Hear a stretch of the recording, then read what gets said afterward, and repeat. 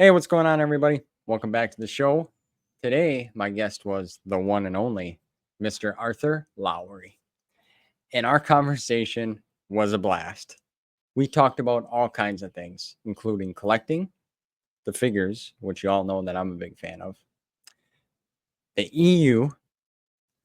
Also, now just wait for a second. Now, don't pause or X off, or maybe you want to X it off, and that's fine too. But we also talked about the Disney Canon, which we both are fans of.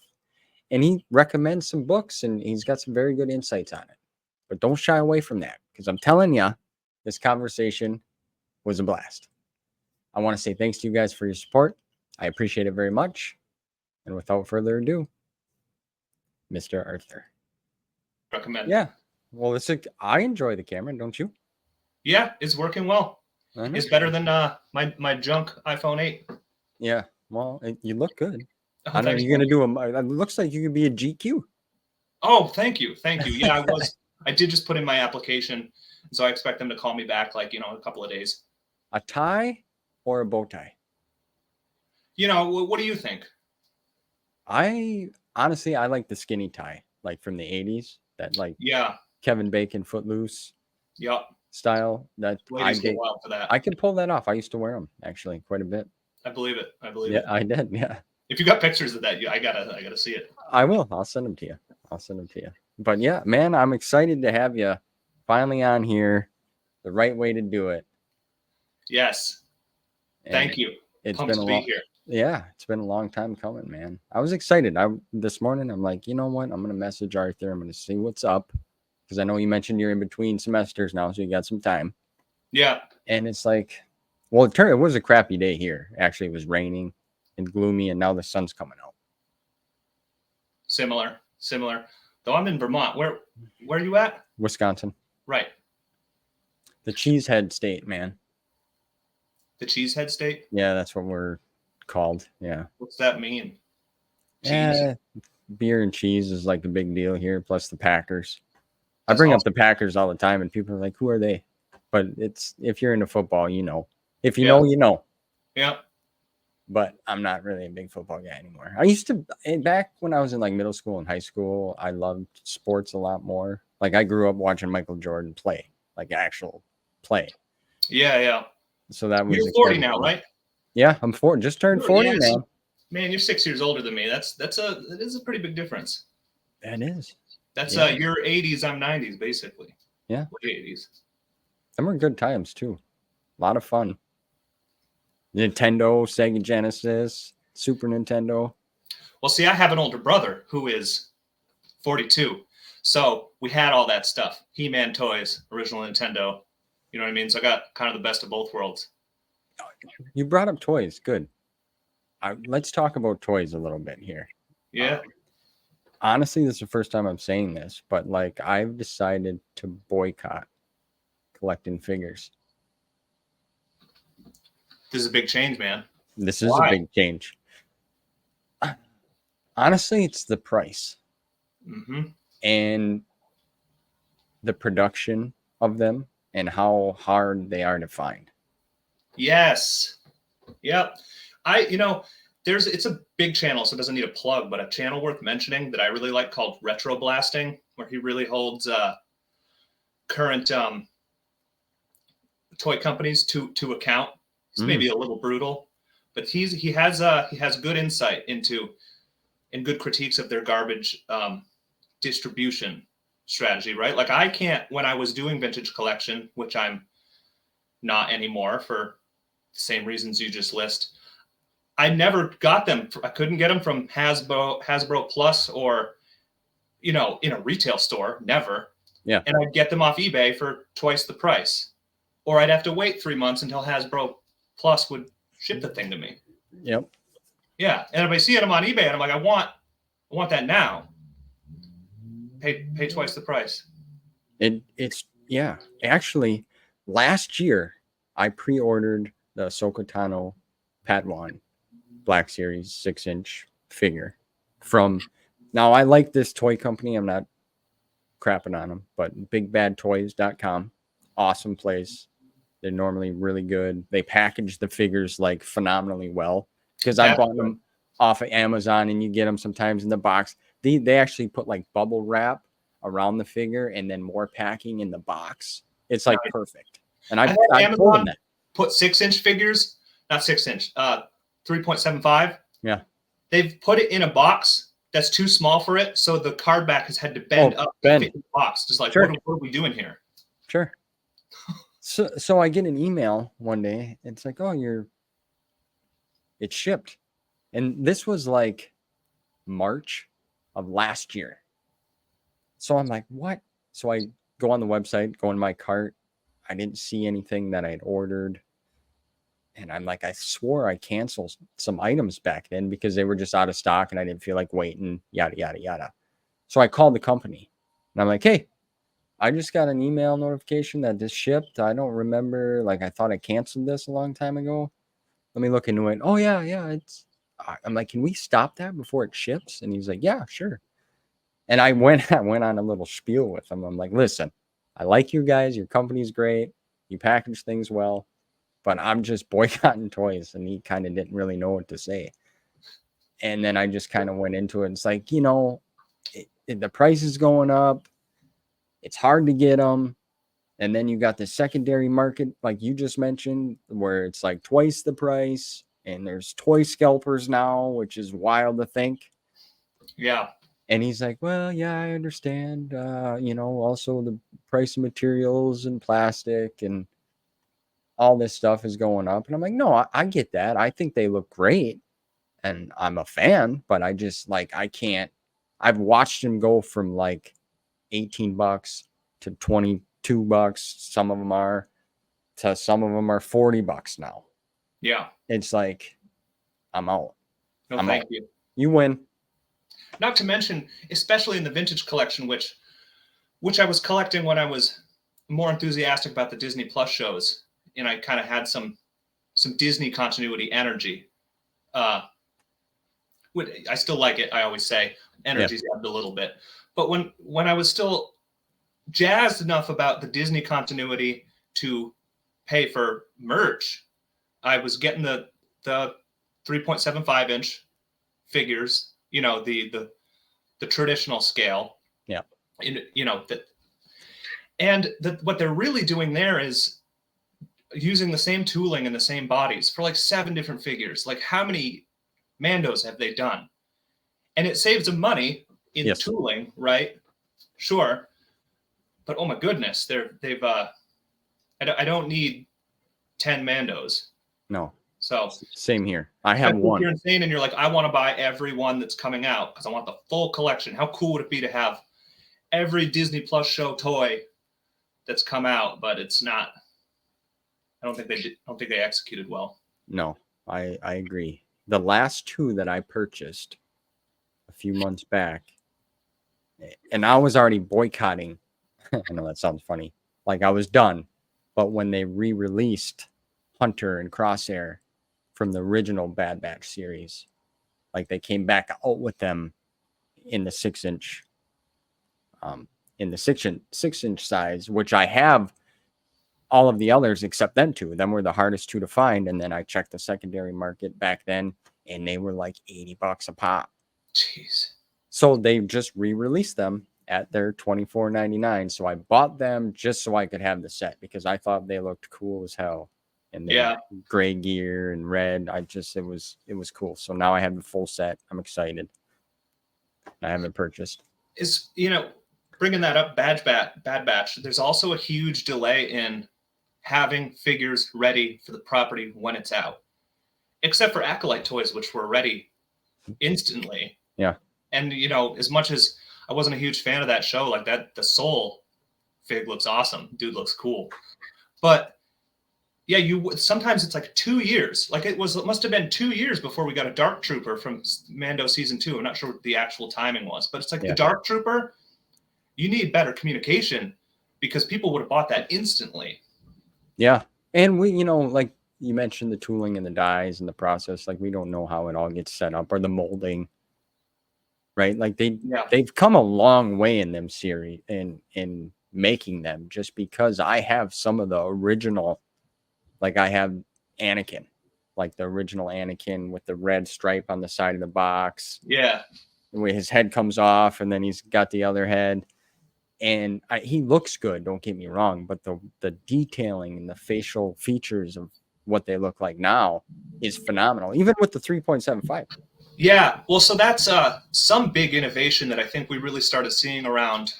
I think when Rise of Skywalker came out, they call it the face printing tech. I don't know how it works, but yeah, it completely changed the game for the toys to the point where you can almost justify a whole new toy with the same exact body. Yeah. To have a new face. You saw that with the Jyn Erso in the 3.75. Yeah. I do prefer the 3.75. Well, you've got a solid collection too of the 95 series there. Yeah. Where, if you're done, just enjoy that. Well, yeah. Enjoy having that. And I like the buff 90s retro look there that they gave everyone in that figure collection of the Power of the Force. Everybody's super jacked.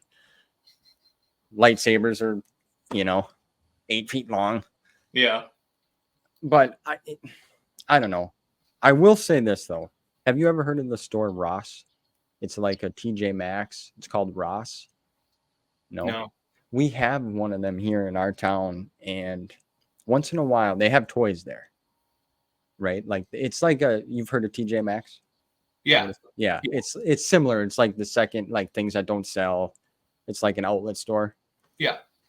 They have Black Series figures there from time to time, as well as 3.75. And you want to know what the price is of them is there? What?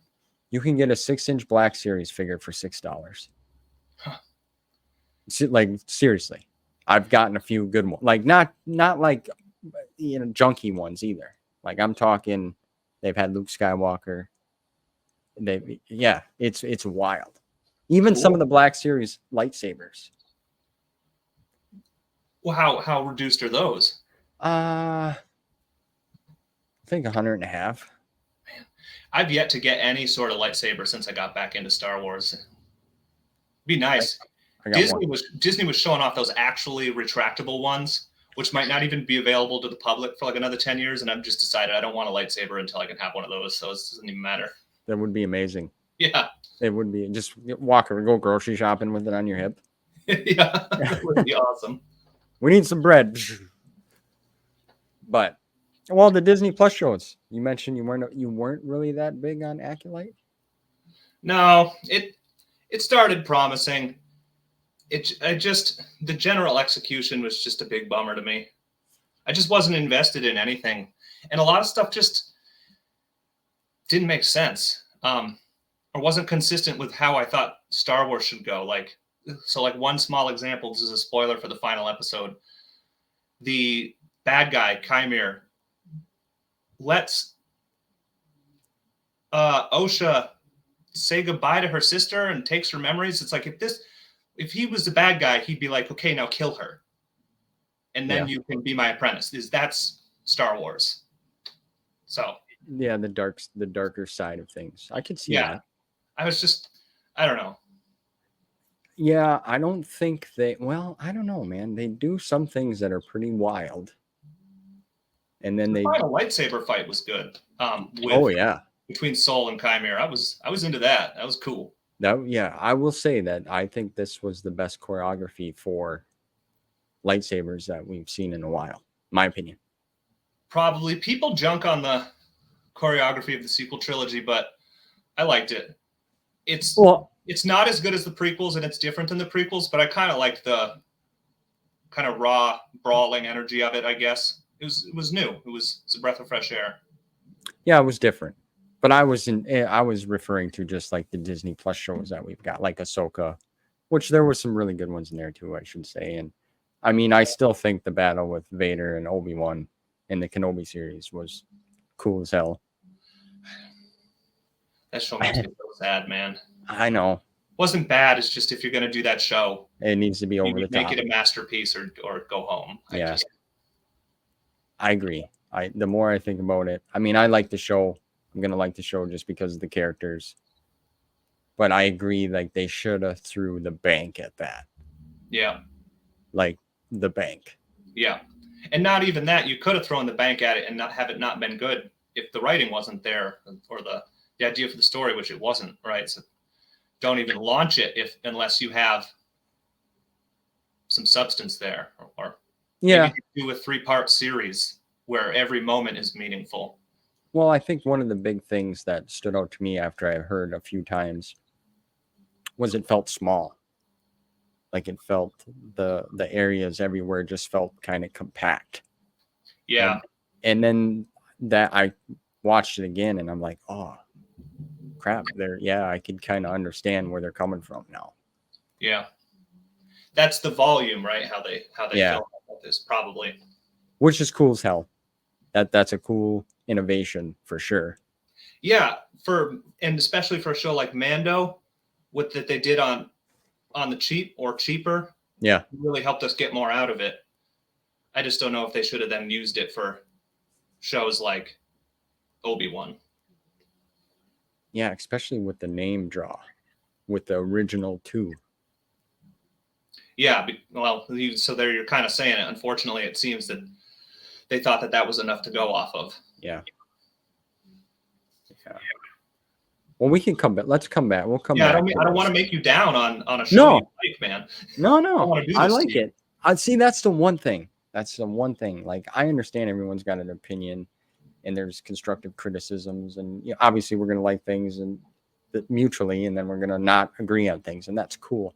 But the one thing that just pisses me off, I guess, it just gets under my skin, rather, is like every time something comes out, it's just everybody craps on it over and over and over again. And I just don't like it. Makes me want to get off social media. Mm-hmm. Makes me just want to shut everything down.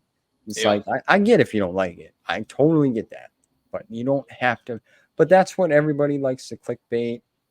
Everybody likes drama. That's what everyone in this world's into, is they just want to, how can I talk crap with them? Yeah, absolutely. Yeah, I think the problem is grifting, as you would call it. There's all sorts of grifting. But for that type of grifting, yeah, it's people who have big platforms that are making money off trash talking it. There's a lot of legitimate criticism that can be had, and it gets tricky because a lot of those grifters do also inject it or interlace it with legitimate criticism, but then some of their videos are just straight grifting.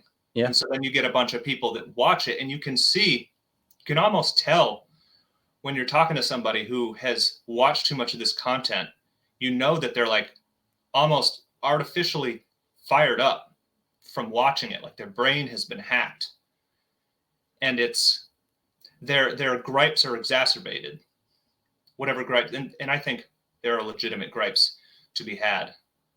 Yeah. But true. And one thing too, like I've recently noticed, is there in the like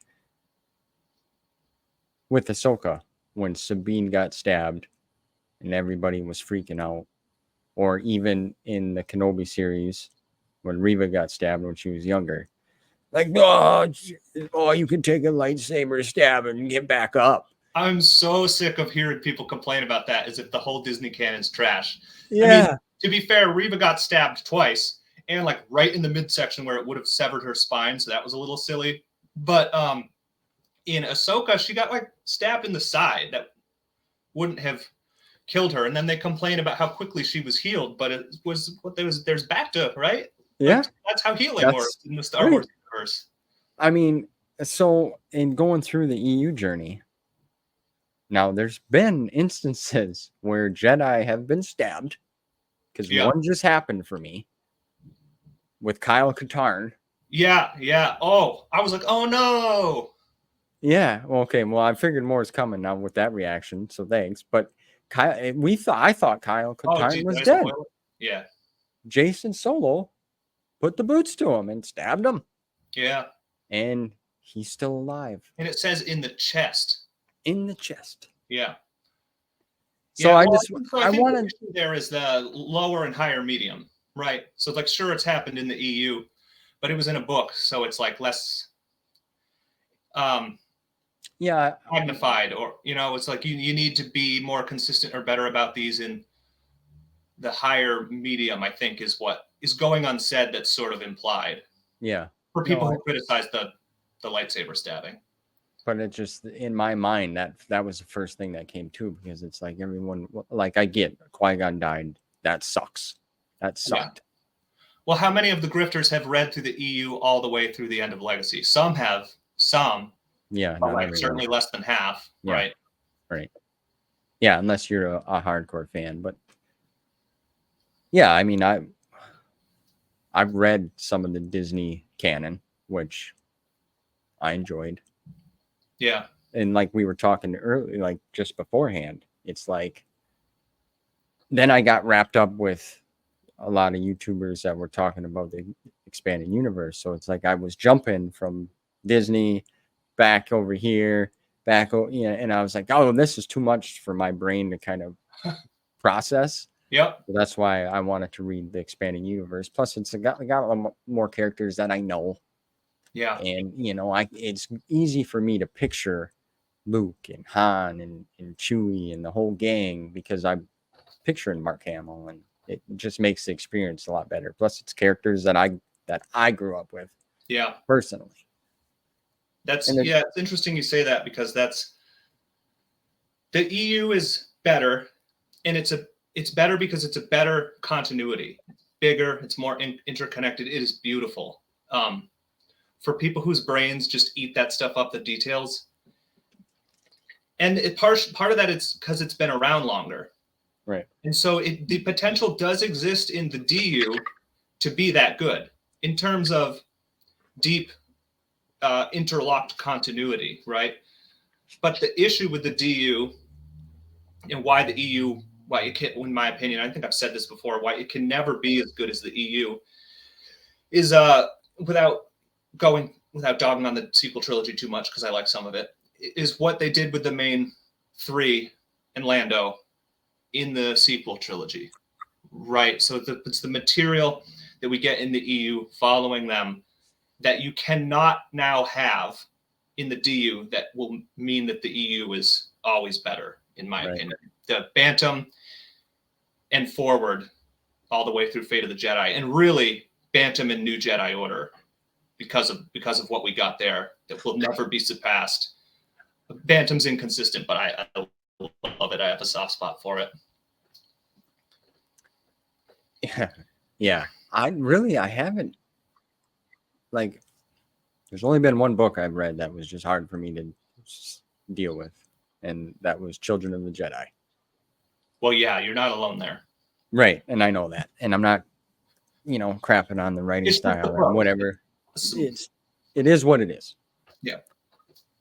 But like, yeah, I enjoy the Bantam era. I'm like, you mentioned NJO, man, and that was like, that was an experience on its own. Said it. Yep. Honestly, I've in my head recently, it's like, man, I could probably go back and read that again. I'm gonna read it again at some point in my life. Yeah, for sure. But I was exhausted after it. Yeah. I was exhausted. Because it's 19 books and because it's emotionally exhausting, right? Yeah. It's the whole package. Yeah, I'm enjoying Legacy so far. I know that's where I'm at. Yeah. I'm enjoying it. It's interesting. It's fun. It's some things happen that I didn't know. I didn't know these spoilers, because obviously this has been around for a long time. And I cannot believe you didn't know the thing that happens in the book Sacrifice. Yeah, I had no idea. Oh man! So what were you like? Yeah, what was the reaction? Oh man, yeah, I was honestly. So, my buddy Mike, when we kind of took a break, he continued reading, so he was ahead of us a little bit. Mm-hmm. Okay, and so then we all got back together and started picking up and reading. We already knew he was still reading, but so I was at work on lunch and I was reading it, and it happened, and it was like, I put my book down and I was like I was sad and mad, because I just did not know this happened. And I immediately texted him. I'm like, what the hell did I just read? And he's like, yeah, I know. It was a brutal fight too. Yeah. Yeah. I thought something. I thought they obviously would have beat the crap out of each other to a degree, and then someone would have intervened and kind of broke it up so he could escape or she got out of there. But like the way that he did it to her, like I thought she had him, Yeah. and then he just gives her the boop. Is it just me, or did you finish Revelation yet?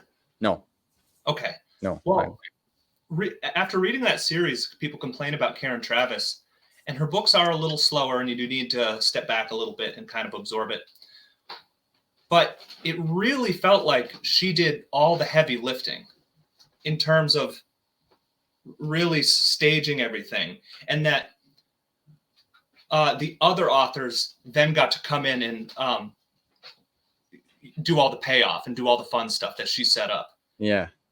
Well, in the back, I like Karen Traviss. I think the way I think I said this the other day, her writing style, I enjoy it. She's different, but like you could see it in her writing style. Republic Commando lover over here. Okay. The whole thing through to Imperial Commando. So I haven't read it. I'll be interested to see what you think whenever you do. So in the back of my Inferno book, there was a Random House roundtable interview with Troy, Aaron Alston, Karen Traviss. I don't know if yours has that. I think it does, but I'm not recalling what was in it.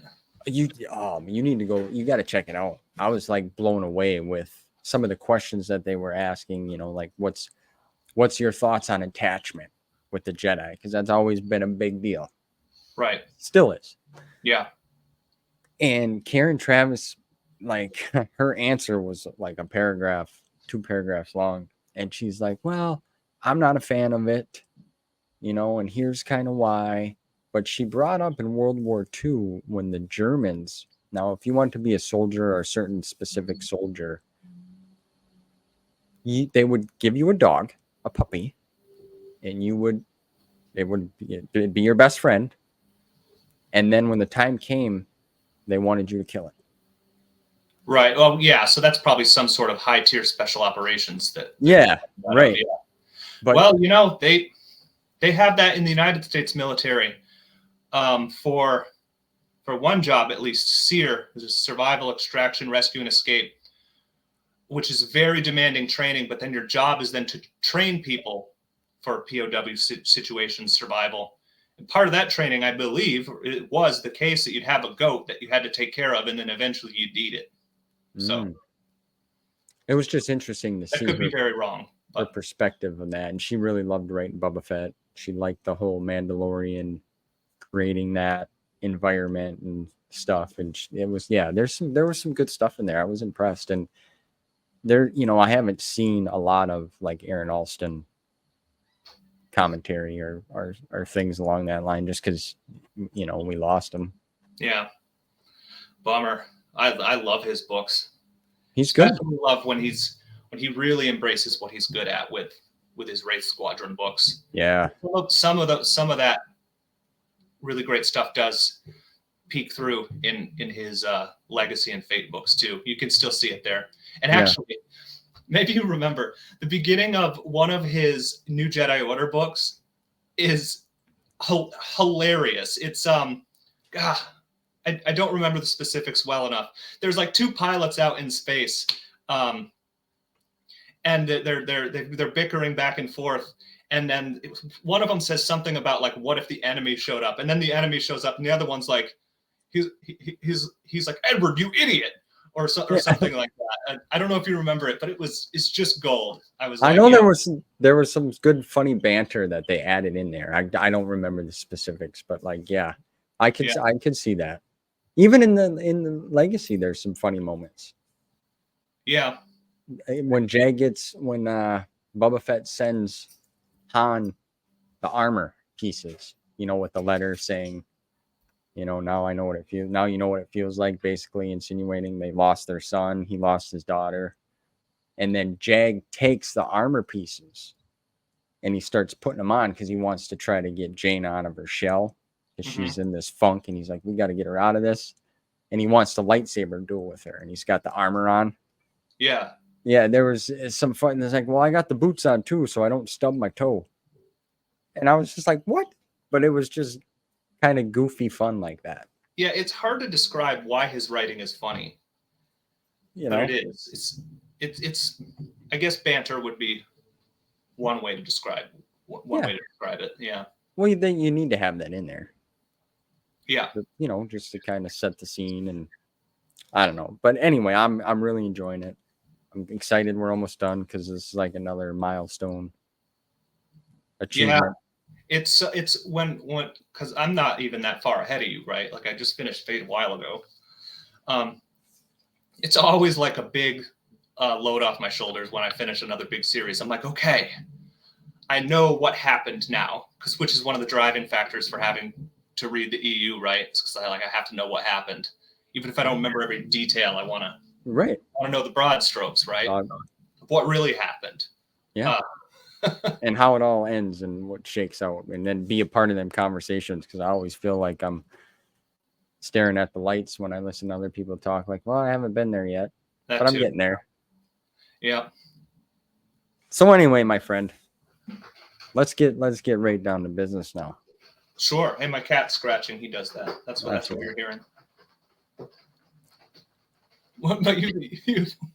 Go. I was just listening. My dog just went by too a minute ago. So, so let's talk about Arthur becoming that Star Wars fan. Sure. So take us on that journey, my friend. Star Wars.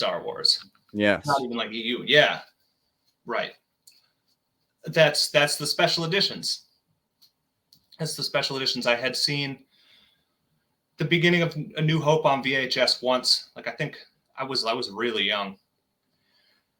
And basically my parents were needed to come pick me up from a friend's house, and I was like being a brat or something. And they were late to pick me up. So the parent had to like put me in another room. They're like, here, watch Star Wars. And that shut me up real quick. And that was my first time seeing it. So I probably saw the first half of the movie. But then a couple years later, and when you're 4, 5, 6, 7, a couple years is a long time. Yeah. Is when the special editions came out. And my dad took my brother and I to see all 3 of them as they came out. And they all came out in the same year. So that was really something. And I remember my dad being like, wow, look what they did with the special effects. Of course, later we had all the criticisms about what they changed and everything, but there was that initial wow factor. And obviously I instantly loved them. But I think it's when Phantom Menace came out that I started getting the toys and everything. So I've been 9 or 10 when Phantom Menace came out. So I would have been in middle school when Attack of the Clones came out, in high school when Revenge of the Sith came out. So I really grew up with both of them. It's like this, you really had to be a specific age to kind of hit it the way I did. Yeah. So I have nostalgia for each one. Like I grew up with the prequel trilogy. I've kind of expressed this before. I grew up with the prequel trilogy, but I'm still just old enough to have recollection grown up before the prequel trilogy. Special edition, sure, right? So I'm grateful for that. And I never did any. I never got into the EU that whole time, even though I totally loved it. It was probably wasn't my favorite thing ever, right? But one of my more highly liked film franchises. And I remember getting snippets of people reading the EU over the course of my life. And I remember when I was in middle school, I distinctly remember it was the cover of one of the later New Jedi Order books, because it made that impression on me. And I was like, what is that? And he's like, yo, this whole series I'm reading, you don't even know, man. And I was like, sure, okay, man. Yeah. And then I remember in 2009, 2010, maybe even 11, a different buddy I had just bought the whole lot of Fate of the Jedi books. And I was like, whoa, what are those? And he's like, these new Star Wars books, man. And I'm like, okay, but like, did those really happen? And he's like, oh, they happened. If they make a new movie, they're going to do it in this series. There's a whole bunch of books that happened before this. And I was like, and I feel bad about being right. And I was like, if they make another movie, there's no way they're doing all that, man. I don't know what to tell you. Is what I said at the time. I should reach out to him and apologize. Yeah. My bad. And yeah, and he was watching the Clone Wars at the time, the show. But yeah, so I didn't get into the EU until the sequel movies came out, right? So when the sequel movies came out, I was still pumped about it because it's just new Star Wars on the big screen, which was dope. And I saw The Force Awakens, and I could easily identify it as something that is kind of copy and paste of the original Star Wars, but it was just fun to see it on the big screen again. Yeah. I get that childhood nostalgia. Yeah. And saw Rogue One and loved Rogue One. And then when Last of the Jedi came out, and I've explained this before, but just for it's part of my story. I loved Last Jedi when it came out. I think it was an excellent experience on the big screen. Yeah. Say what you want about Luke Skywalker's characterization. It was maybe kind of consistent with where I was at my life at the time, or coming off of feeling like that, you know, as a dramatic 20-year-old, mid-20s. But I see now that why people were so betrayed by his characterization in Last Jedi. Not even just in the context of the expanded universe and the superior material we got in the expanded universe, but even if you're just going off the movies, that it's really disappointing to see him turn out that way. Yeah. And then when you rope it in with the whole conversation about how we're depicting men in today's culture, it gets a whole nother level of criticism that you can throw at it genuinely or disingenuously. Probably a little bit of genuine criticism can be leveled at it. I kind of don't want to go off on a tangent. I don't know. I think there is some truth, if you're reflecting today's society, there is some truth into depicting Luke that way, and that there was something real about it. But going back to the EU. Sorry. No, go ahead. I don't care, man. That's good talk. I love it. I love it. That's what I let it out, brother. Okay, man. Is when Solo came out, which I liked. And when Darth Maul popped up at the end. Yeah.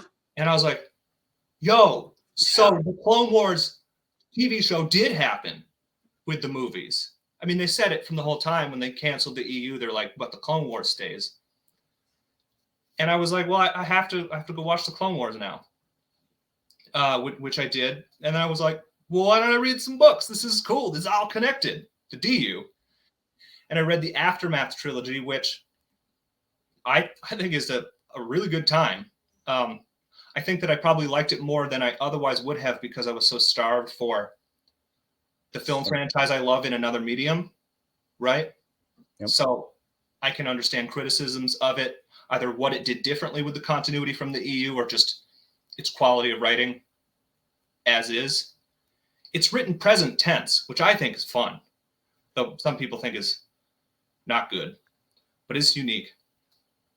From there, I read a whole bunch of DU books and then took the dive into the EU. And then if you start reading the DU, this is what the conclusion that I came to, is that if you start reading the DU because your brain works in the way where you want to know everything that happened and that you love the interconnectivity, if you get into the DU for that reason, you will most likely find yourself to the EU. And then if you are reasonable, you will conclude that the EU is better, is the journey that I took to the EU. Yeah. But since I did the DU first, I still like the DU. Yeah. Yeah. People that been reading the EU for decades, I totally sympathize with their inability to read the DU, right? They've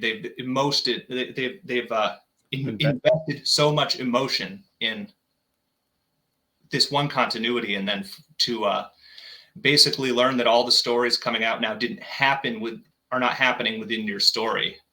I'd probably throw my hands up too and be like, I can't.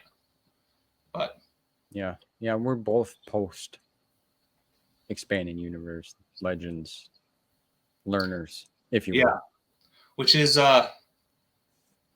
means you're more likely to like everything. Yeah. There are some people that started started watching the sequel movies, started reading the DU, then read the EU, and are like, I can't do Disney anymore. But I don't think they are the majority of new people that are new to reading both. Though I don't have any evidence for that. No, but that makes sense. It seems Yeah. like that would fit. Yeah. Yeah, like when I've said this before, but like when I heard Disney was buying it, it was like, oh, all right, we're gonna get some stuff because they got money, lots Yeah. of money. Yeah. And then I saw the films, and I was like, okay, cool. It's not like you. I was like, oh, it's Star Wars. You know, it's the one drawback though is like you didn't see them all together. That sucked. It's hard not to get hyperbolic when criticizing that.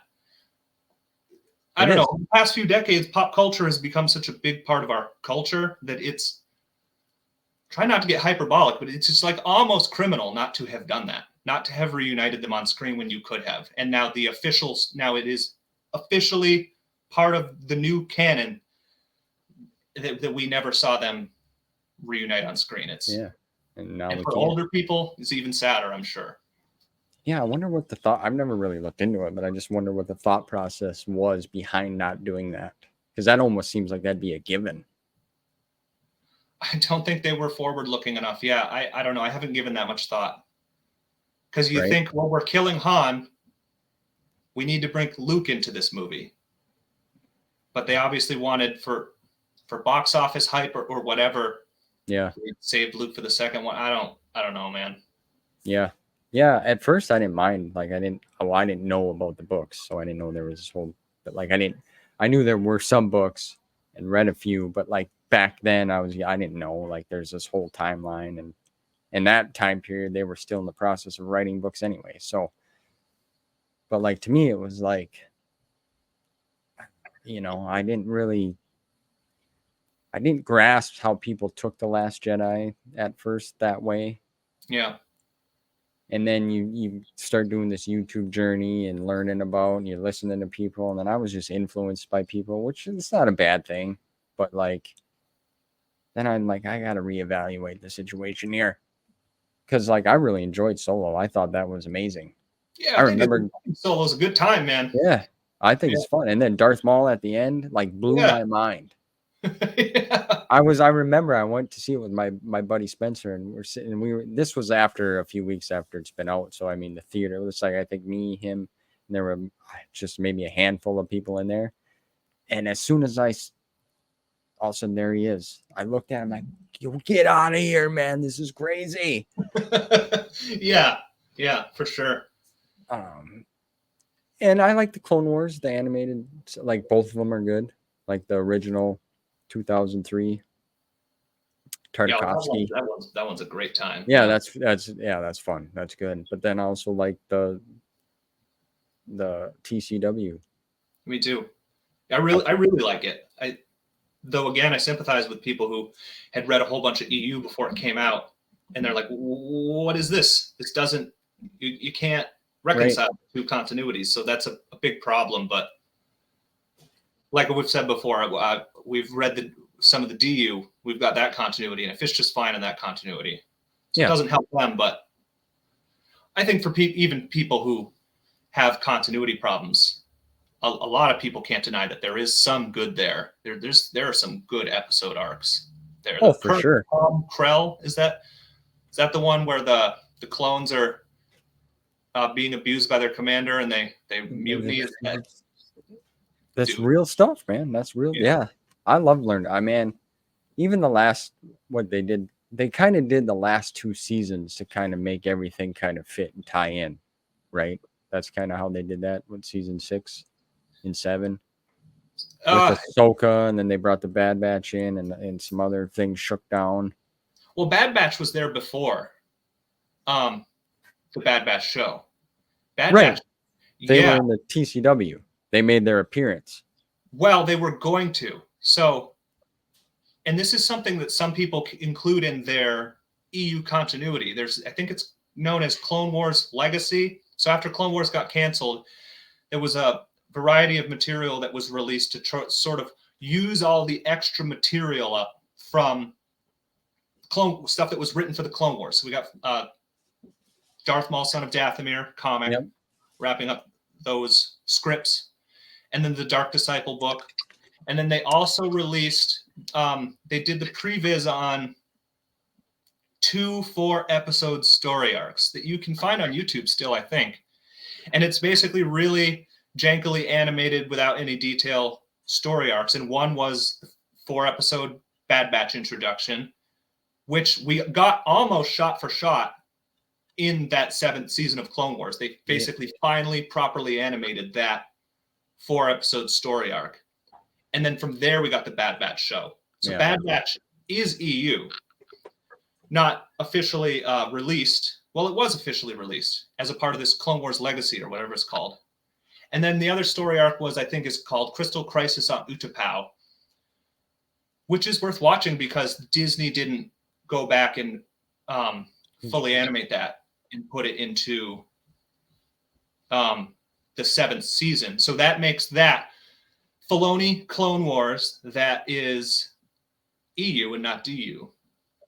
And actually what's interesting about that one is it involves like a giant kyber crystal that I think the Separatists are like experimenting on. You can see it tying in a bit with what they did with, I might be misremembering this, and maybe that's a Rebels arc. You can see it tying in a bit with what they did with the Death Star and how, at least in the DU, they made it a giant kyber crystal, which is how they focused the energy for the super weapon there. But well, I just think that they were trying to fill in some loose ends. That's kind of, to make it all fit with their stories. And I don't know. I was thinking about this earlier a little bit too. Like they canceled the EU, made it Legends, whatever, which sucks. Like we mentioned that. Like I can only imagine what that felt like. But like they really haven't played a whole lot in those areas, unless I'm just way out in left field with that thought. Like they're going way back with the High Republic, right? Yeah, they haven't an area that there is some EU material around there, but not like high profile projects. So it's kind of, I think, to my knowledge, an untapped era. Meaning you're like, good job, DU, you did do something new. Right.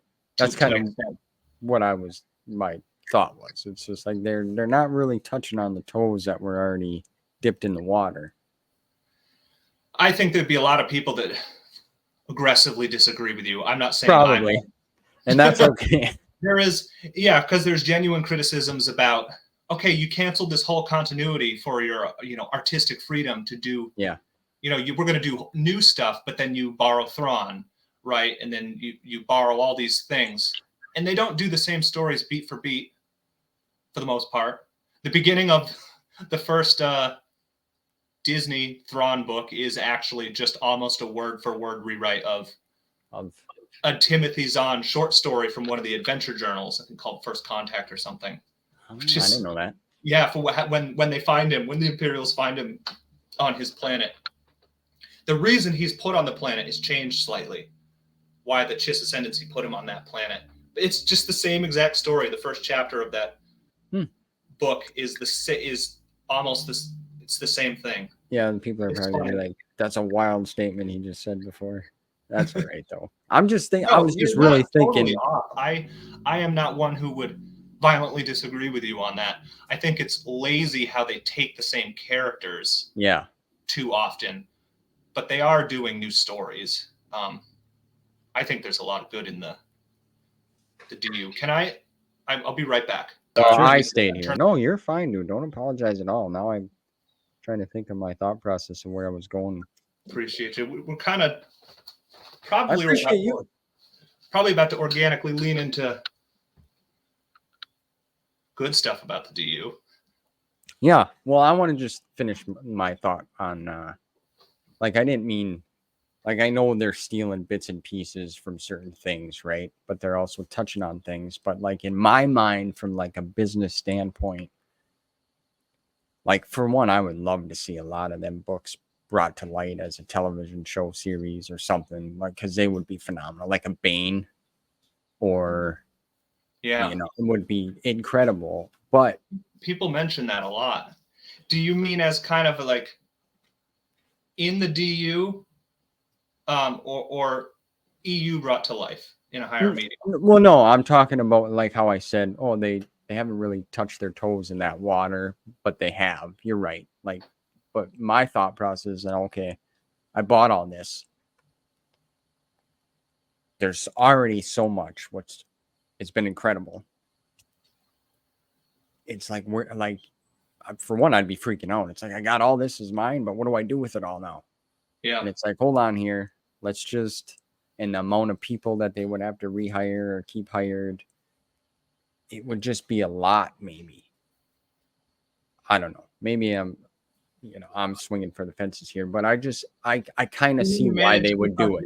I'm unclear what you're saying. No, like, I just purchased Lucasfilm. I own Star Wars now, right? Mm-hmm. There's 30 years of material, or if not more. Oh shit. There's a lot of stuff here. I got a lot to work with. Mm-hmm. I'm lost. I don't know where to begin, where to go. Let's just put the brakes on that. They could have kept it, which they should have, and then did their ideas with the High Republic. They already had gurus with the timeline, keeping things in continuity and order. Hey, we want to play with way, way back. Is that okay? Yeah, sure. And here's how we could have done that. Yeah. But also, it's like, let's just, these are legends. We'll just do our own thing. Sure. Well, so you're saying a couple things. One, which is that the timeline is so vast, they could have given us new, easily marketed material that was still in continuity to the EU. Yeah. I think you're saying. But one point that you make me think of is that I didn't share about my getting involved with reading Star Wars, which is people are going to hate that this is the truth, that I am an example of this, but one of the only reasons I was able to start reading Star Wars, or wanted to, was for one of the reasons that Disney stated that I think that they stated this, or as part of their justification for getting rid of the EU, which is that there was too much there and it was too intimidating. Yeah, that's what I'm kind of mean. Yeah, I was coming into a much more approachable reading experience. No, there's 10 books that I need to read to get caught up, not 150. But, they still could have, you could give the old continuity something, right? And just to state this for all the people I sympathize with, end the thing properly, right? A final trilogy where we see what happens to the big three. I can see why they didn't do that at the time, because they were about to do the sequel trilogy that kind of caps off their stories, and they don't want them conflicting, but it's time to do something to give some people some closure. It was past time. Yeah, I don't know. I just kind of look at it both ways. And I think that's what, like you said, we're both fans of the Disney canon. Yeah. And the books and stories, which, like earlier I mentioned, I've read some. I've read the first 4 books in the adult of the High Republic. Yeah, yeah. So the Geode is actually funny. Yeah. Yeah. Yes. People that read that book know that Geode's a good character. My first book that I read from the Disney canon was Master and Apprentice, because it's like Obi-Wan and Qui-Gon. Yeah. Bought that baby right away, hardcover. And so then I started watching the YouTubers and people, and then they were talking about the High Republic and all these other books. And so I've read shoots of certain areas, like Dooku Jedi Lost. Phenomenal. I would love to see that as a series. Yeah. I think that was real good. Kevin Scott nailed that baby. The scene where Dooku tries to spite Yoda and be nasty and uproot that tree. Dude. It was such a good scene, because Yoda loves the tree. Man. And I really enjoyed that script style writing too. You read the script? Yeah. Yeah. No way. Dude, the audio, because it's an audio production. Yeah, I know. Oh, you got a hardcover. Well, yeah, it is in soft cover, isn't it? Yes, it is. I haven't read That's this. what I I have. wanted it on my shelf. That's expensive to get that. I wanted it in hardcover, but it's like I'm coughing up that. Yeah, the hardcover books are costly these days. So yeah, and then also I read some of the like Weapon of the Jedi, like the Han and Chewie. I got that right here. When now Han and Chewie. Oh, the smugglers. The Smuggler's Run. Yeah. Yeah. Yes. Yeah. This was a cool little format. It's Greg Rucka and Jason Fry here. Yep. This was a cool format, right? Because there's pictures. Yeah. I love it. Yeah. And it's like got a felt, like the hardcover's got like that material. It's got the what material? Like the hardcover itself feels different. Like if you take the dust cover off, it feels like it's a different. Oh. Yeah, see? Yeah. That's cool. It's like soft touch, but it's not gross like some other soft touch books. I read Lost Stars. Yeah, I got Joanna to read Lost Stars too. She was reading it. She's like, "Why am I enjoying a Star Wars book?" Yes, I tried to get my wife to read that too because she's like, "I want to read a book." I'm like, "I got one for you. You're gonna love. It's like a love story. You'll dig it." Yeah. But she's been doing a lot of audiobooks lately, and yeah. I tried so hard to get Joanna to read the EU, and she's like, "Nah." Yeah, well, it's not everyone's cup of tea, and that's. Yeah. Oh, by the way, you brought up Joanna. I want to say that you guys are adorable together. For one, and two, the content that you guys put out together is just it's amazing. I love it. My wife loves it too. I want to say that to you. So I appreciate everything that you do in the galaxy here for us, and what you share your thoughts and you break stuff down. And you're good at it, man. You articulate yourself very well. Thanks, bro. Yeah, for real. I mean that. Means a lot. Yeah, man. So keep it up. You keep it up. I had to stop putting Joanna in short thumbnails. Yeah, because they'll get way more views, and then it's just her channel. And it's not even about Star Wars anymore. Yeah, you ain't even in the picture. Yeah, no. Hers get way more views. People would rather watch her. Well, it's so funny. Women get better views than men. That's for sure. True. It's true. I was like, hey, honey, let's have you do. Well, I want to do Legends Con a solid and do a rep their merch for them. Let's have you do it. Get way more views. Yeah. I didn't say that, but it crossed my mind. And everybody wants to be a podcaster now, Yeah. Like, and it's cool. I mean, I dig it. I mean, there's a lot of variety and it's good, but I'm 40. Yeah. I'm just having fun, just bringing some good conversations. I can't add anything different except my perspective of certain things. Everything's been touched over and over again. People say, you always hear, oh, the EU's dead. And I don't buy that, man, because there's a lot of channels out there that talk about it. Yeah. And bring good things to light. And why I don't bother doing any reviews for normal books. Everyone does that better than I could do it. I know. Anyway, there's a lot of that out there. So I'm just like, well, what's worth making a video and sharing with my friends? And it just happens to be like Ewoks children's books. Yeah, well, I have a bunch of stuff like that on my channel, but I tried doing the book review thing, and I shit the bed on that. I'm not good at it. I can't do it. Yeah, my memory's not good. Like, yeah, that requires work, right? You got to freshly have read the book and say something smart about it. I forgot who I talked to. One of the authors, and I'm like, man, I really wanted to call you and talk to you about it right then and there because I would have been on point with it. But obviously, it just never works out that way. Yeah. But yeah, so I've read quite, and I'm gonna go back to it. I like Padawan too. I thought that was a good young adult book by Kristen White, I think her name was. Yeah, that is one that I've read that I've dumped out of my brain. Not because it's bad, it's just kind of it's a little forgettable. It's not bad. That one wasn't bad. It's not bad. The biggest scene to me that I'll always remember, because I got a little emotional, was when Obi-Wan, if you remember, he was trying to reconnect with the Force. And it was just like this organic it like, I don't know, like a higher power experience that he had. And it was just beautifully the way that she worded everything and made you, how she explained the vision. I don't know. It just was like, it hit me a certain way. I'm ashamed to admit I don't even remember that. No, you're fired. I'm ending this right now. Unbelievable. I'm No, just but kidding. scenes like that, you know, can really stand out to people. Stuff like that, yeah. Yeah. It's good. Did you read that Vader series you said you were going to read? Oh, yeah. Bro. Dude. Yes. Yes. Here's the thing. For my money, Disney Vader is better than EU Vader. But I think that it's the benefit of hindsight.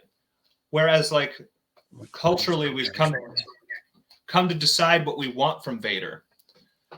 And the reason he's better is because he's stoic. Whereas in some of the old EU, he's like mustache twirling. But in Disney, he's just like barely talks, especially in this one. This was the first Disney Vader series. I just pulled some Disney that I was excited about. So I was like, oh, I'm going on with Stevie. Maybe I can actually talk about Disney. Yeah. I'm not getting all that. I'm joking. I do like to give my friends a hard time, though. No, I don't mind talking about it all. I enjoy it all, too. But how is that series? Dude, so look. Can I give you a quick spiel? Yeah. This series is not as good as that other Vader series, but it's a really good Vader series. The other one has better art, too. But this, if you read the other one, you want to read this too. The thing is that you need to read the first couple volumes of the Star Wars, the first 2015 Marvel Star Wars series that came out at the time. Because volume 3 of each crosses over in Vader Down. Oh. Bro, Vader Down is so dope. It's basically Vader crash lands on a planet, and the Rebel Alliance is like, he's stranded, we can kill him. And they do not succeed in killing him. Here's a tease, right? I actually marked this. I was like, if I'm talking about Vader Down, I have to show this panel. Maybe I won't sell it. But there's so shortly after he crash lands, Luke shoots him down. All these soldiers are like, and they surround him, and we get this 2-page panel. You see Vader right there? Yeah. Of all these soldiers surrounding him. They're like, we got him.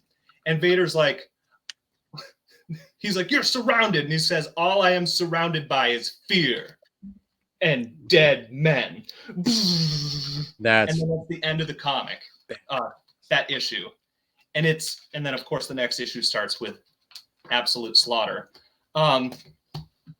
Vader Down is an excellent crossover. Dr. Aphra's on the planet there. We get Aphra bouncing off Han Solo because they're kind of similar in characterization. We get Chewie fighting Black Krrsantan, who shows up in the Boba Fett series, but he started in this Vader series. That's Read good it to for know. Vader Down. Okay. Yeah. Oh man, you'll love it. You'll love it. All right. Well, it's on the list. This is where Aphra makes her first appearance too, and her Marvel comic series is dope too. This is the first cover, which goes hard, and she looks awesome. She's not illustrated for the male gaze or anything really much going forward from there, but I do appreciate that first Aphra cover. Yeah, I was gonna say that's kind of like a sassy pose right there. It's sassy, and she's got these evil counterparts to C-3PO and R2-D2. It's like a protocol droid that specializes in torture, and an astromech. I think he's called a blastomech, and basically he's just like an arsenal and has rocket launchers and machine guns, and they're hilarious. They get a chance to shine in the Vader series and then in Aphra's series. So the Aphra comic series is a spin-off from that Vader run. It's kind of, you'll like it. Okay. Yeah, we took a break from reading, and because I picked your brain about what comic series, because we wanted to read Vader, and I'm like, well, there's a Vader Down, there's this other one. Yeah, man. This one, this is going back to the other one. This scene where he enters the Force itself. Oh yeah, dude, that was the art in there is phenomenal. Yeah. It was cool. Yeah, that was good. I got the softback. My buddy James actually got the omnibus hardcover of Cool. that, and I was super jealous. Yeah. I'm like, I'll trade you. Yeah. Even the prices of the comic stuff too, man, is expensive. Like, Yeah. I know some people like Marcel says he just reads digital, not just because it saves money and shelf space, but because and I can see this because I've read a couple digital comics. It's actually like a better format yeah, because you go panel by panel. The art has a chance to shine. a better Like, flow. Yeah, panel from yeah, that's one thing. Like when because you don't want to open it up all the way, right? You don't want to wreck the binding.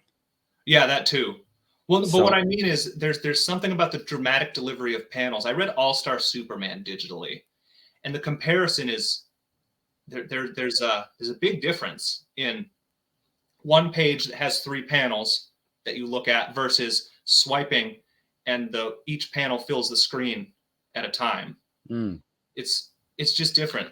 And basically, simply put, the art is expanded, and you got the backlit screen and everything.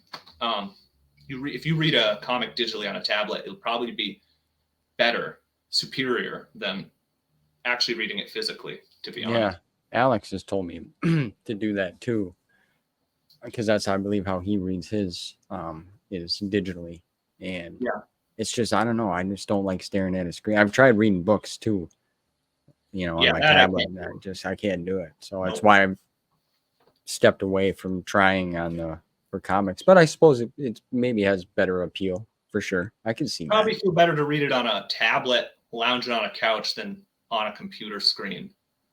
Yeah, it would be one difference. I don't have a tablet. I just have a junk iPhone 8 with a smashed up screen protector. So digital wouldn't work for me. Yeah, I like how that they're also re-releasing certain epic collections too, like Knights of the Old Republic Volume 1. Yeah, and they just released the omnibus too, which is like a re-release of the omnibus. Right, because I've tried to look on that for the secondary market because I was missing Volume 1. Like I picked up, and I don't have Volume 3. I don't know why I can't find Volume 3 anywhere. I don't know what the deal is with that, but it was like I've seen it for like $200 for the Epic Collection Volume 1, and it's like, what the hell, man? Yeah, when I bought most of my Epic collection, I bought at least half of it at the outrageous secondary market prices because I wanted to read portions of it then, right? Including that series. There's, I think, Knights of the Old Republic Marvel Epic collections reprints of the EU are now 5 volumes, but it's the first 3 volumes that John Jackson Miller run that everyone recommends, and it is excellent. Yeah. I haven't. I picked it up, but I didn't start it yet. Oh, you'll love it. There's so much, and there's so much to read, and I've tried doing 2 books.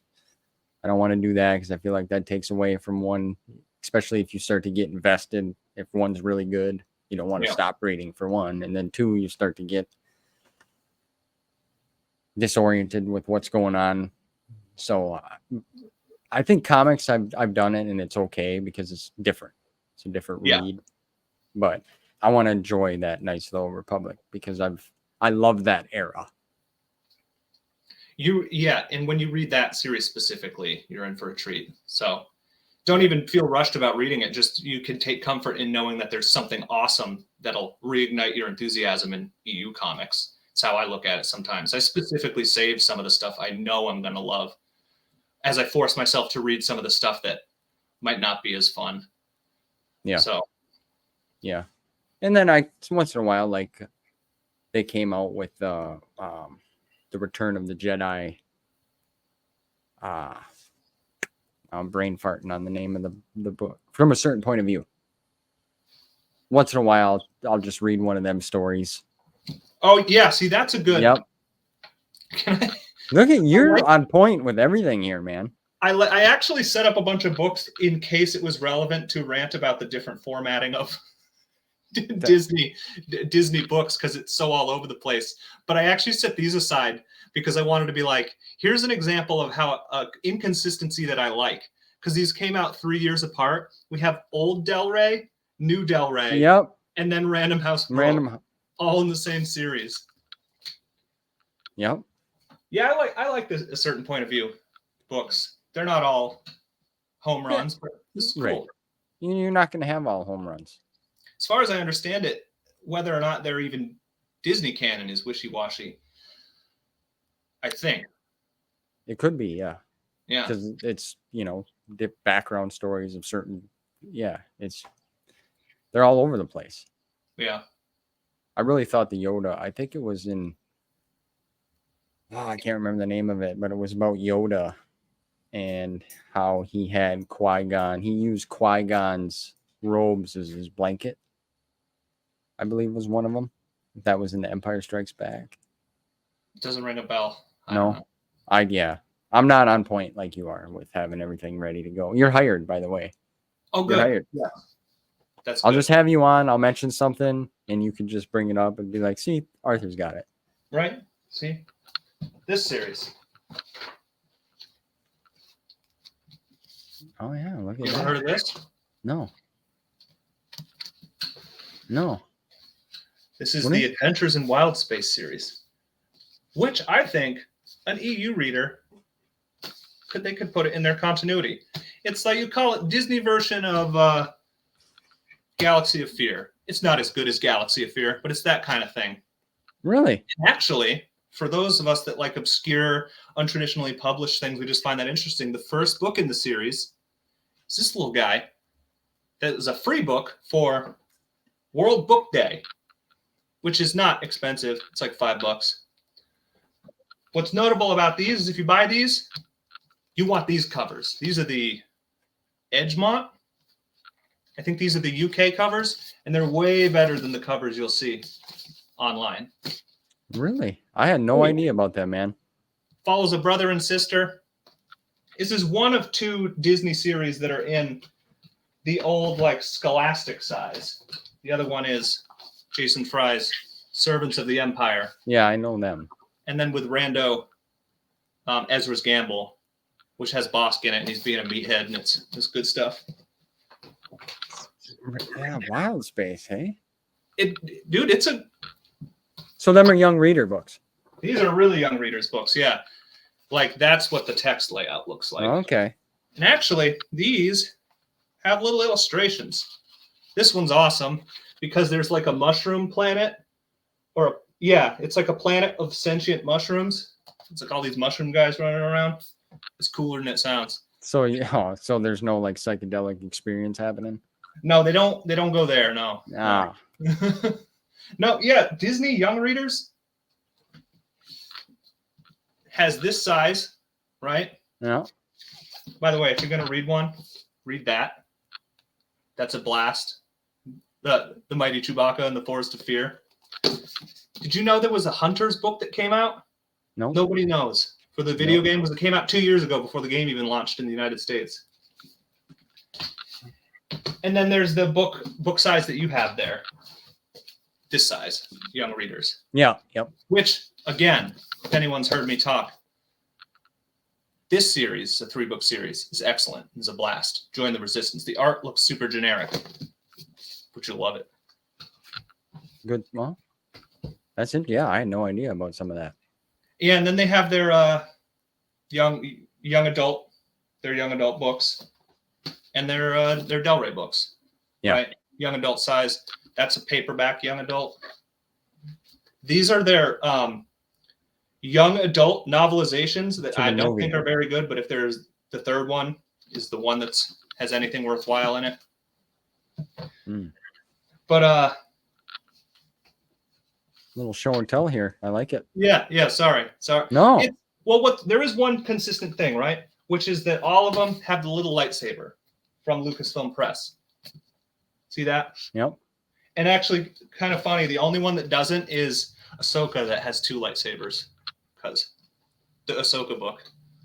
I need to get that one still. I listened to it at work on audio, and it was good, the parts that I could catch, obviously, because it's hard for me to kind of focus if I'm working and doing something. Yeah. but that's one I would like to read. I think it's really forgettable. Oh, People are really? like, I love the Ahsoka book, and I'm like, oh, all right, I don't even know what happened. And actually, they've just contradicted the end of it with the Tales of the Jedi animated series. I heard there was some discrepancy there.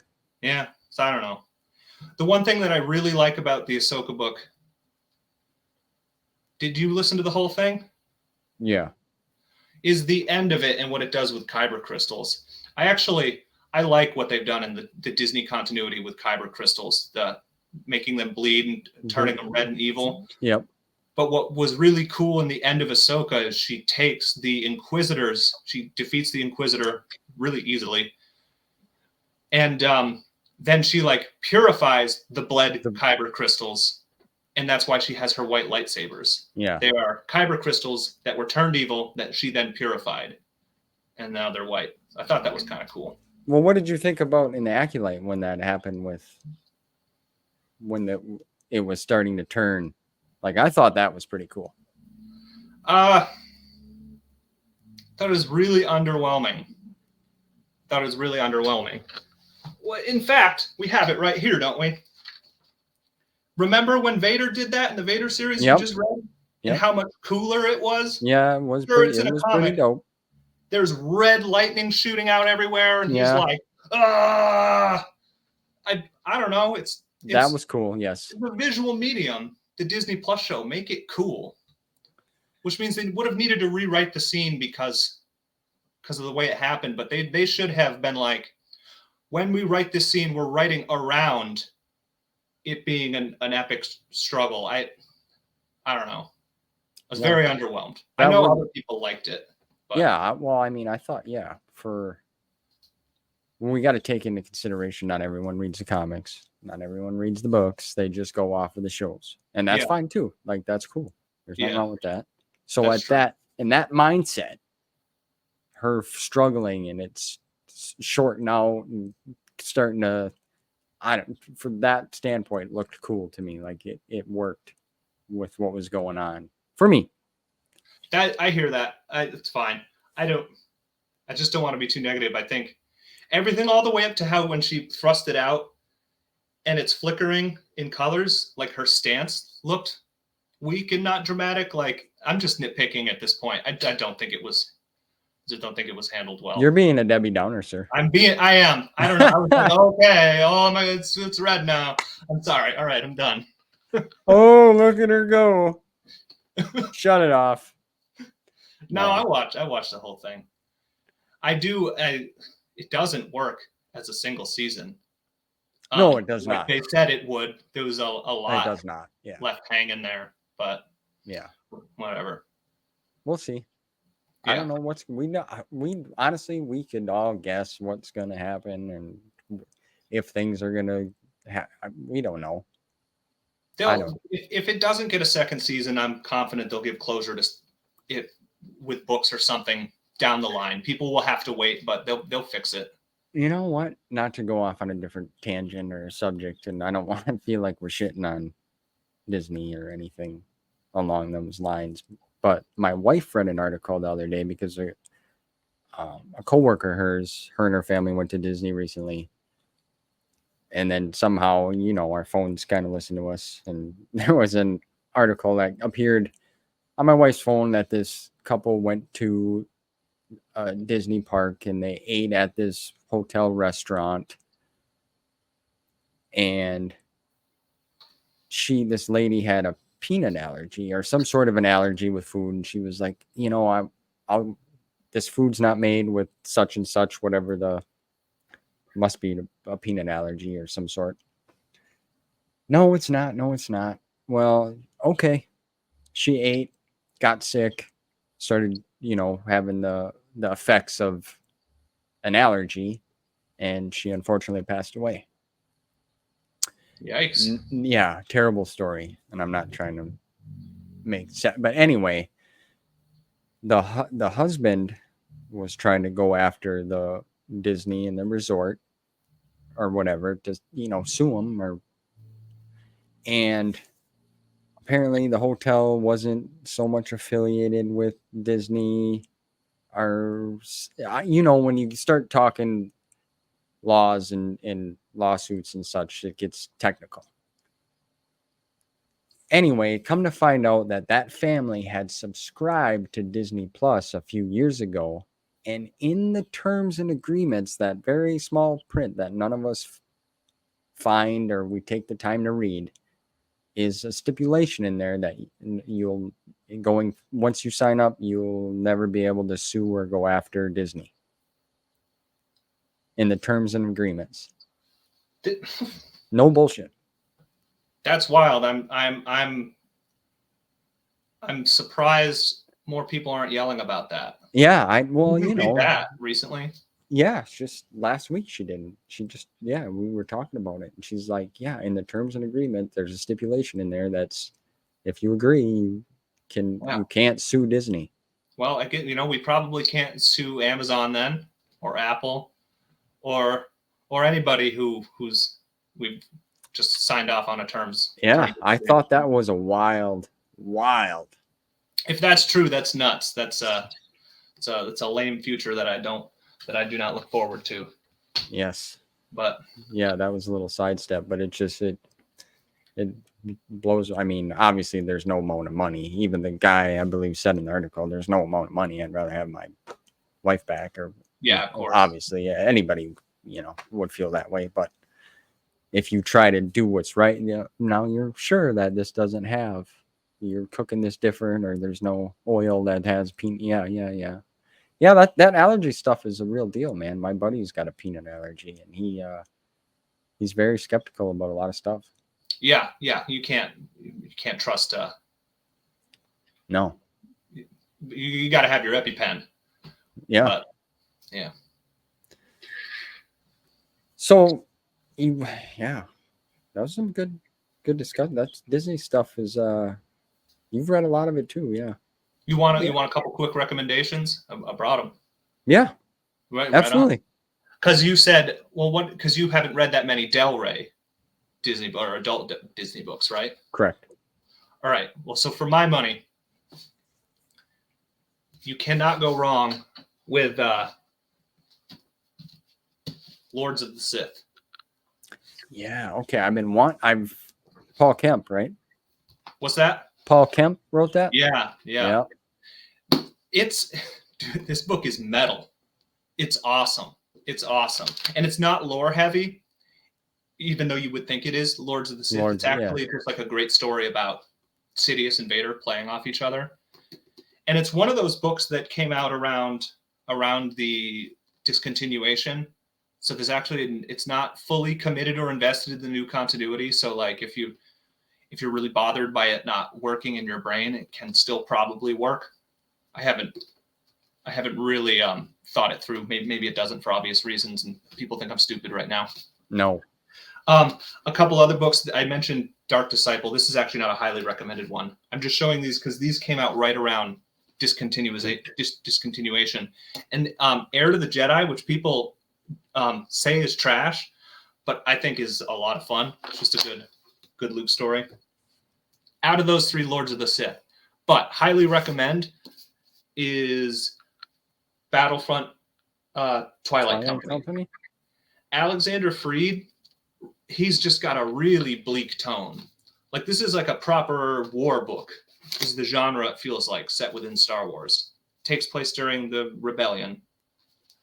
And thank goodness they gave him his own trilogy, the Alphabet Squadron trilogy, which is not like X-Wing in the DU. It's its own thing. It's his bleak tone. And it's slower. You really got to take a breather, get to know the characters, and invest in the characters, because come the third book, as all their character arcs come to a conclusion, it really pays off. And then if you like Rogue One, I'm finding, and people have said this before, the little Rogue One era of the Disney continuity is almost a thing in and of itself that people could dip their toes in and just do that, right? The Rogue One movie, Andor, that people agree almost universally is standout among the Disney Plus shows. I certainly think that. And then we have James Luceno, who wrote prequel book Catalyst. to Rogue One, Catalyst, which is like the Manhattan Project, but the Death Star is basically the book. And then Alexander Freed again wrote the novelization to Rogue One, which is a pretty standard novelization, but there's a couple things that stand out. There is, let's see if I can find one here. There's these little segments, which cool. is following Galen Erso's memos as he sort of maneuvers the exhaust port into the function, into the building of the Death Star. He's like, oh, we need it for this reason. It's interesting how he pulls it off, getting the exhaust port built in. That's here. That's cool. And then also just the writing where the death of the characters at the end of Rogue One, seeing it from their perspective is done really well in this book. Specifically, K2SO is his death scene from his perspective is excellent. That's cool. Yeah, man. And there's the Thrawn books, but I think I like Thrawn Ascendancy trilogy more than the Zahn's first Thrawn trilogy. But they're both good. But Zahn's EU stuff is better. Yeah. Specific. I mean, I like the duology, Thrawn duology, the most. Is my jam. That's that with Spectre, Visions of the Future, and Spectre of the Past. Yeah, I haven't read them yet. I love that reading the NJO worked just fine for you, jumping into it the way you did. I think it's really interesting. Yeah. One would say, the Thrawn duology is kind of essential reading, but not really. Well, see, now I'll just have the opposite effect after reading that, and then going back to read that, then it'll be like, oh. Yep. I found the EU can work that way. I kind of refuse to approach it that way. Like if there's pre-reading I can do for something, I'd go out of my way to like get as much of it read as possible beforehand. Yeah. But well, see, I was starting to do that, and then I didn't have some of the books, and I didn't feel like waiting to order them to get them.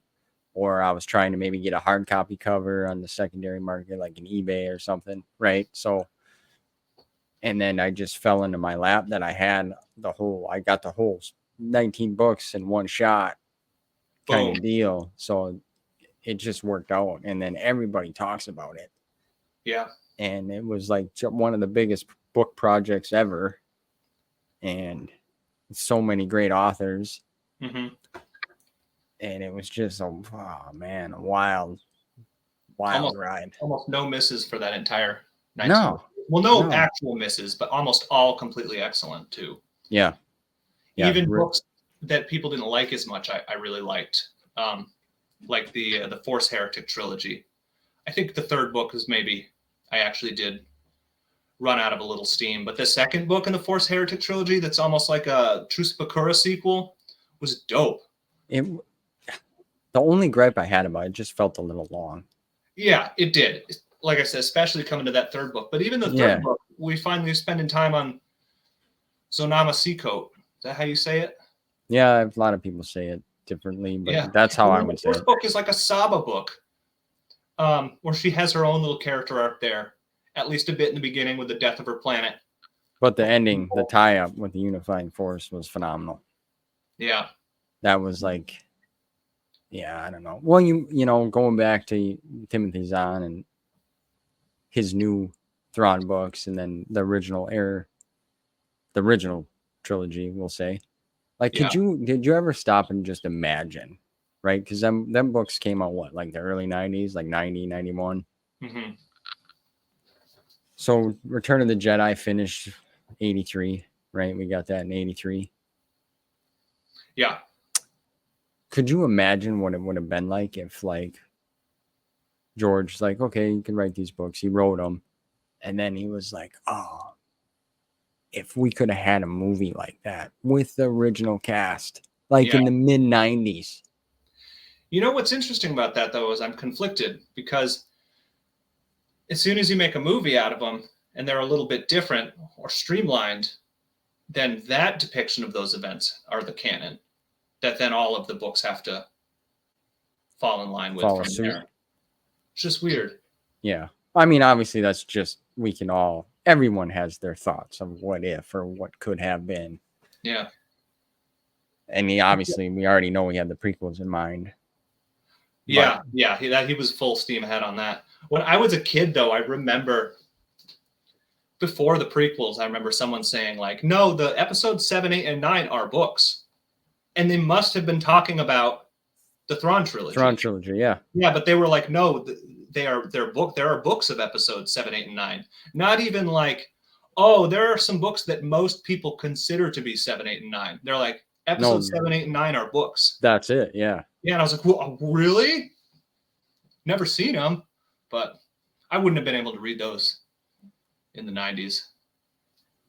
They'd be too younger than 10 when I first heard about them. You I wouldn't have been able to. The mindset. Yeah, it's not high literature there, but Zahn's books are denser than like Kevin J. Anderson. So right. Yeah, man. I love it all. I don't know. I like you mentioned kind of earlier 2 continuities, keeping them separate. That's what I do. I stand by that. It is what it is. Me too. I love all of it too. I criticize some of it, but I love both continuities. Right. Yeah. Well, we have to because it's what we have now. Well, I shouldn't say that. You don't have to. Yeah, careful. Yeah. Well, it's the reality of it, and that's fine. Yeah. I'm good. I don't want to shit in anyone's Cheerios.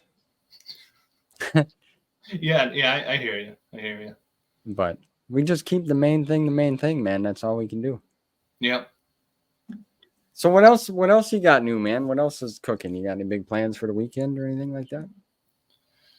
Weekend, no. Working. Yeah, just working. Yeah, I'm glad I was available for this. Yeah, me too. I'm glad. Like I said, I was like, I'll just hit you up. Yeah. It's good to. Well, I've been wanting to do this with you for a while, and we'll have to do it again too. Like I'd talk to everyone all over again. I don't just shooting the breeze, talking Star Wars. I talked to John Whitman. We were talking the other day, and it's like, yeah, man, I'll come back on anytime. And I can't wait to meet that dude. Cool. Yeah, he's so cool. He is so cool, man. I can't wait to bring him that book that I doubt he's signed before. That custom book that I got. I hope he's jazzed. He's probably not seen one in like 20 years. I got a package from him last week. Yeah, what'd you get? I got some fresh Galaxy of Fear books. Dude. All signed. Oh, bro, all? Yeah. Yeah, I'll have one because my Legends Con 2 luggage is gonna have to be. I'm gonna have to pick and choose. So I'm gonna bring one. Yeah. Out of the 12, 14. It's 14. Yeah. Yeah. He's a good dude, man. They're all awesome people. It's so cool just to be able to play in this world and create things. And I mean, them Galaxy of Fear books are they're really good, man. Like, yeah, I particularly like those. I like them more than Jedi Apprentice, to be honest. Yeah, huh? Jedi Apprentice is excellent. It is. It is. It's truly. That's another series I'd read again too. I really want to read Jedi Quest. I don't have all those books. Or The Last Jedi. I'd like to read them, but I don't have. I got onesie twosies.